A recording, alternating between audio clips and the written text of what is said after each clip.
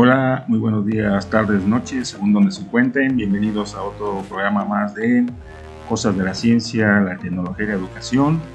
En este caso les vamos a hablar sobre algunos elementos del lenguaje y su relación con el entendimiento de las matemáticas. En la vida cotidiana, para comunicarnos, utilizamos un lenguaje, ya sea el español que conocemos nosotros, o cualquier otro como el ruso, japonés, y todos estos idiomas, todos estos lenguajes tienen una serie de símbolos que tenemos que conocer y también una serie de reglas. De lo contrario, no podríamos hacer nunca una traducción y podríamos entendernos. En el caso de la matemática, también es un lenguaje, y como los demás lenguajes, pues tiene sus reglas y tiene sus símbolos, y es muy fácil conocerlo si nos aplicamos a tratar de entender estas reglas. Siempre será fácil la matemática si entendemos eso. Por ejemplo, en el caso de muchos de los ejercicios que luego nos aparecen en los libros, vienen en español, y lo que se tiene que hacer es, si es que queremos encontrar alguna relación matemática, algún resultado, pues tenemos que hacer la traducción de ese lenguaje en español al lenguaje matemático. Muchos de estos problemas pues son sencillos y requieren pocas herramientas. Por ejemplo, cuando se tienen problemas en donde se trabaja con números directos, pues estamos en el campo de la aritmética. Pero hay otro tipo de problemas, tenemos que hacer la traducción de esos enunciados, ¿no? Como en los casos en los que se hace una repartición entre varias gentes, o en el caso de edades, ¿no? Que una persona tiene el doble de la edad del otro, etc. Y entonces pues requerimos pasar al lenguaje algebraico, en donde ya estos problemas requieren una generalización de los números, y eso se hace a través de la introducción de una serie de letras que representan números. Y por lo tanto podemos representar un número cualquiera con una letra, o dos números o tres números cualquiera con diferentes letras, o el doble de un número, pues diciendo que es dos veces un número cualquiera, etc.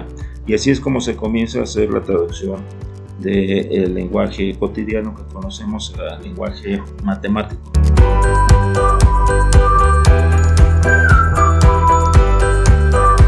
Y bueno, algunos de los símbolos que utiliza la matemática pues están viendo ahora en su pantalla, y pues uno de ellos importantísimo en matemáticas pues es uno de los que está en el centro hasta abajo, que es el símbolo de igual.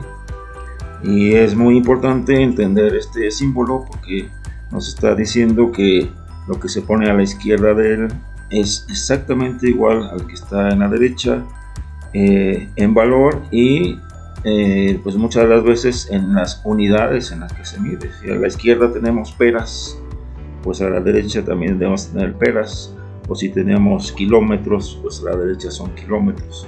Entonces el igual en matemáticas es que nos dice que algo es igual, no importa cómo está escrito. Esto es muy importante para entender las igualdades que nos aparecen en matemáticas, y es cuestión del significado de los símbolos. Entonces en matemáticas, igual, lo que está a la izquierda es exactamente igual a lo que está a la derecha. Esto da lugar a lo que son las ecuaciones. Una ecuación viene de la palabra equatio, que es igualdad. Por lo tanto, si no vemos una igualdad en las expresiones que tenemos, es muy difícil que eso que estamos viendo sea una ecuación, porque ecuación viene de igualdad, y igualdad, ya dijimos que lo que está a la izquierda es lo mismo que está a la derecha. En el caso de que tengamos, por ejemplo, que x más 4 es igual a 15, pues lo que estamos diciendo es que a la derecha está el número 15 y a la izquierda también está el número 15. Lo que pasa es que ese número 15 está escrito de una forma a través de dos sumandos, de un 4 y de otra cosa que nos aparece ahí como una letra, pero que es un número, porque solamente podemos sumar cosas que son de la misma especie. Manzanas con manzanas, peras con peras y números con números. Por lo tanto, ese X que aparece ahí tiene que ser un número. Y el número X más 4, pues ahí nos está diciendo que es 15, y así es como debemos entender esa igualdad.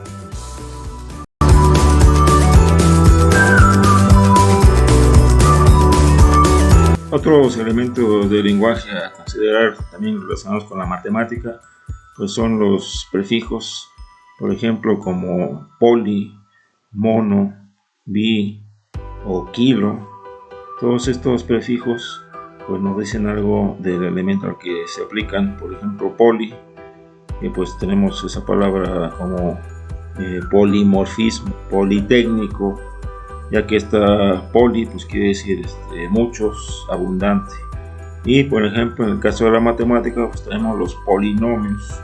Los polinomios nos están hablando de muchos elementos que son términos. Los nomios, entonces polinomio quiere decir muchos de estos términos, donde cada uno de esos términos consta de un número, una letra y algún exponente de esa letra. Entonces polinomio o binomio, en el caso de bi, pues es de dos de estos elementos, monomio un solo elemento, y así, ¿no? Hasta que tenemos los polinomios. Y estos polinomios, pues si nos recordamos de lo que habíamos dicho hace un momento, cuando teníamos x más 4 igual a 15, pues lo que está a la izquierda es un binomio precisamente, y está mediado por una igualdad, y del lado derecho tenemos un número. Por lo tanto, pues aquí estamos hablando, en el caso de las ecuaciones, estamos hablando de un polinomio que está igualado a un número. Y así tenemos muchos ejemplos de este tipo de elementos. En el caso de kilo, de giga, de mega, son también prefijos que tienen que ver con números. Por ejemplo, en el caso de kilo, lo que significa el prefijo kilo es 1000, que se escribe con un 1 con 3 ceros, o más compacto, un 10 y con un 3 arriba como exponente. Y así tenemos los gigas, tenemos los megas. Recordamos, por ejemplo, que la electricidad nos la cobran por los kilowatt hora que gastamos. Eso viene en el recibo de luz, los kilowatt hora.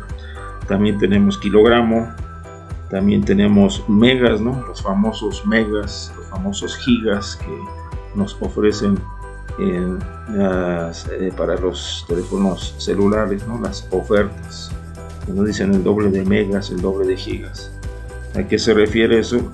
En este caso no se refiere, por ejemplo, en el caso de kilómetros, pues es miles de metros. En el caso de los megas, son megas o gigas de qué, pues son de información. Nada más que usualmente la gente nada más escucha, y los anunciantes también solamente dicen megas y gigas, pero ¿de qué están hablando? Pues están hablando de medidas de información, o nos están hablando de una velocidad a la que se está transmitiendo esa información.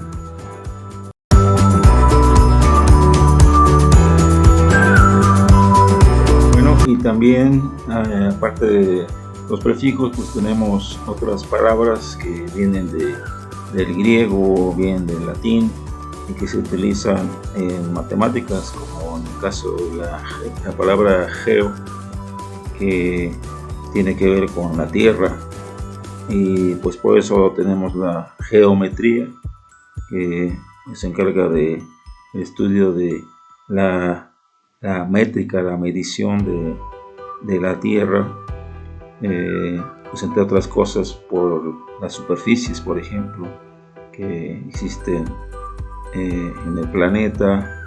Y también tenemos la palabra gono, que significa ángulo, y que la encontramos pues en la palabra trigonometría, donde está el tri, que significa 3, y ángulo, gono, y pues la métrica, ¿no? De esas figuras cerradas que tienen 3 lados y por lo tanto también tienen 3 ángulos. Entonces la trigonometría se encarga de estudiar este tipo de figuras. Tenemos diferentes ángulos que son los que nos nos enseñan los nombres en la escuela, ángulos básicos, y estas figuras pues tienen 3 o más lados. Cuando se tiene muchos lados, pues entonces ya entramos a juntando la palabra que ya vimos anteriormente de poli, ¿no? Pues serían los polígonos, o sea, figuras que tienen muchos ángulos. El más sencillo pues sería, si son figuras cerradas, sería el de 3. Por lo tanto, un triángulo pues bien podría llamarse un trigono. Un cuadrado pues sería un tetragono, y ya vendrían después el pentagono, el hexágono, etcétera. Y entonces estos nombres de estas figuras pues lo único que nos están reflejando cosas que ellas mismas tienen características, ¿no? En este caso los ángulos. Por lo tanto, pues tenemos todo un grupo de palabras que, si les ponemos atención, por ahí podemos comenzar a comprender muchas cosas de la matemática que muchas veces nos parecen difíciles, o la matemática misma nos parece muy separada de la realidad.